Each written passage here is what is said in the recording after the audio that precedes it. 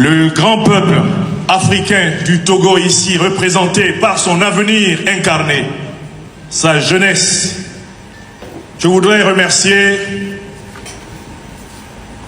les plus hautes autorités de la République togolaise, à la tête de laquelle le président du Conseil de la République togolaise, son Excellence M. Faure Essozimna Gnassingbé,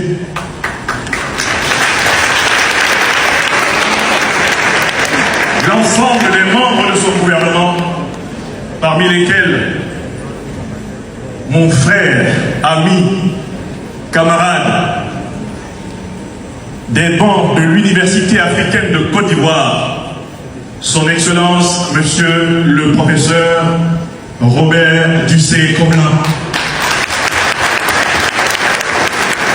ministre des Affaires étrangères de la République togolaise. Je tiens à les remercier de la confiance qui m'a été faite, bien qu'il soit connu que je suis l'un des plus redoutables critiques du régime du président Faure Gnassingbé, de venir m'exprimer, apporter mes modestes lumières à cette grande rencontre de la fraternité africaine.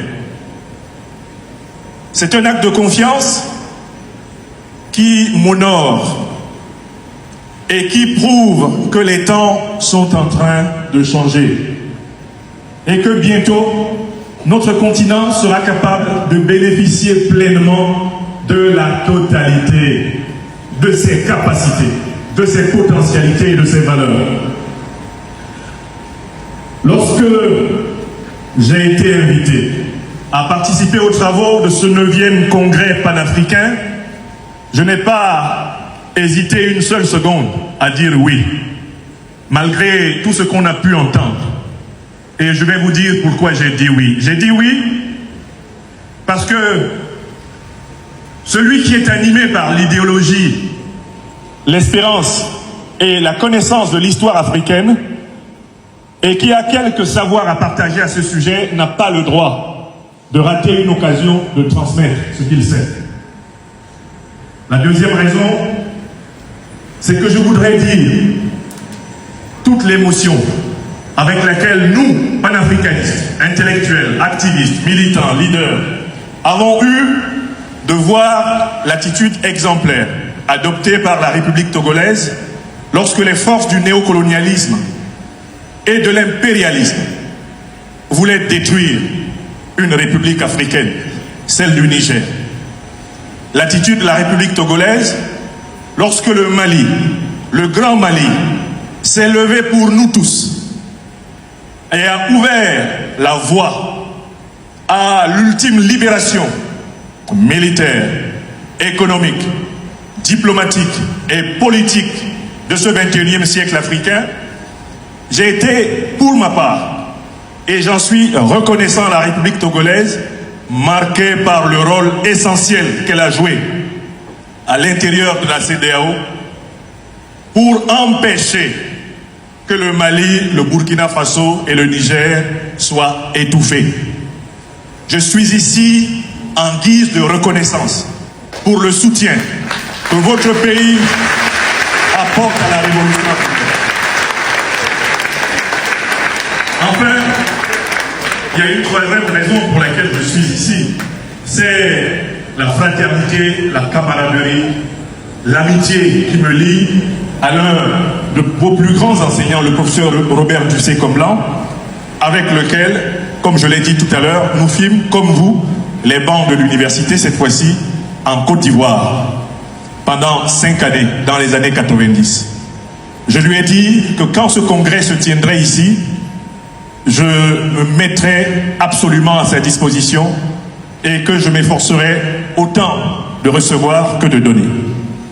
Après ces propos, ayant pour but de vous dire comment et pourquoi je suis ici, je voudrais aborder de façon succincte l'objet de notre rencontre. Je vous propose de penser que le panafricanisme est la métaphysique du monde multipolaire. Je vais m'efforcer de le démontrer. N'ayez pas peur des mots. Nous sommes ici dans la maison du savoir. Savoir, c'est savoir qu'on sait quand on sait et qu'on ne sait pas quand on ne sait pas.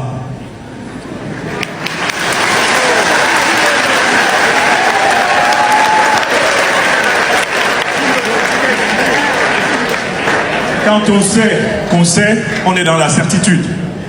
Quand on sait qu'on ne sait pas, on est dans l'incertitude.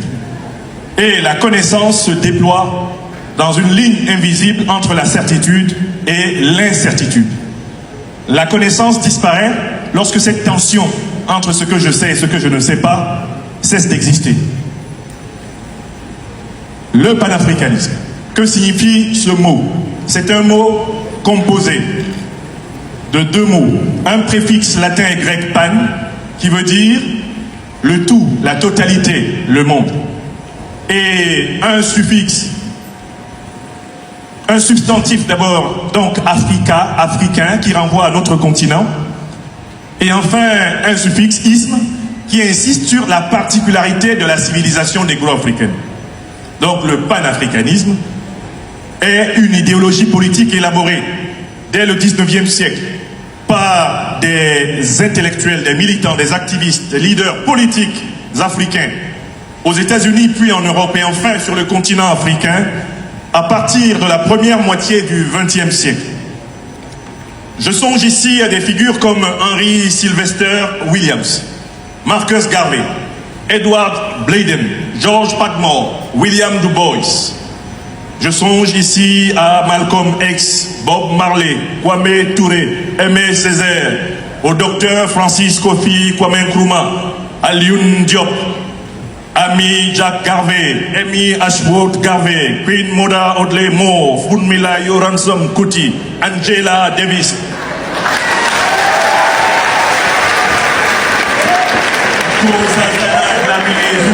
Anténor Filmer, Benito Sylvain. Je songe, en parlant à cet endroit, à Lamine Senghor, à Garan Kouyaté. Je songe à tous ceux qui m'ont précédé sur le thème, à Jeanne et Pauline Nardal, à Elsie Duncan, à Heidi Bastian, entre autres. Je songe aux grands noms de notre continent. Le président Thomas Isidore Noël Sankara, le président Julius Nyerere, le président Kwame Nkrumah. Je songe à des figures comme le président Amilcar Cabral. Je songe à toutes ces figures qui ont traité de ce concept avant moi. Que signifie le panafricanisme? C'est un symbole de ralliement et de lutte de libération qui est produit à l'origine en réaction à la condition imposée aux Noirs du monde entier par les puissances occidentales et moyen-orientales à la recherche de leur première accumulation capitalistique pour entrer en force dans le grand duel géopolitique mondial. La singularité de la civilisation africaine est exprimée dans sa plus ancienne version, coulée dans les textes, à travers le concept ontologique de Maat, M-A, accent circonflexe, A-T, qui signifie vérité, justice, solidarité.